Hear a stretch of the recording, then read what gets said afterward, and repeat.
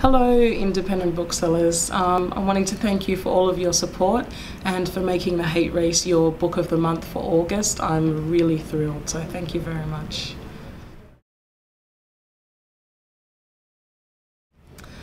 I felt like it was important to write The Hate Race because I suppose, like there was a gap in Australian history in terms of migration stories, particularly coming out of the 70s, 80s and 90s post-White Australia policy.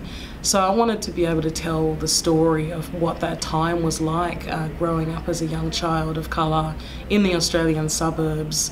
And also, I wanted to explore, I suppose, the nostalgia of growing up in Australia and all of those kind of, having red skins on the way home from school and meat pies from the canteen and all those traditional Australian things. So it was important for me to show both the difference between my childhood and the childhoods of Anglo-Australian kids, and also the similarities as well.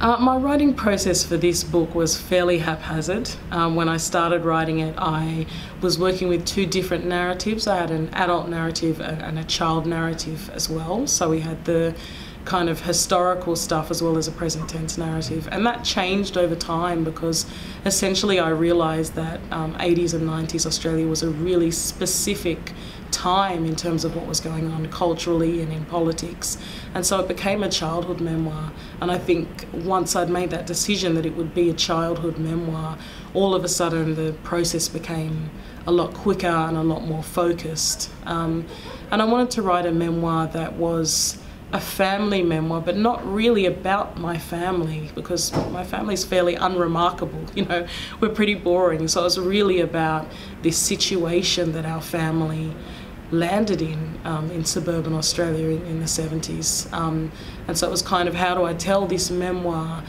in a non-traditional way through the lens of race, as opposed to the episodic way you would tell a normal family memoir.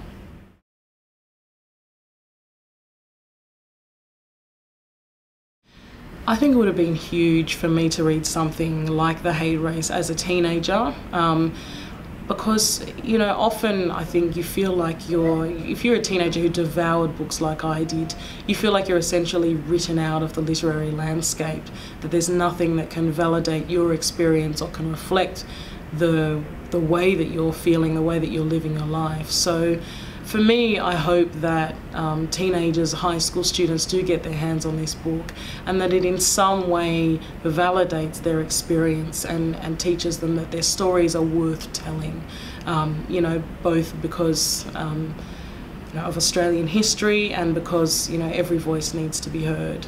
So in a way, I suppose I've written the book that I wish I had when I was a kid growing up.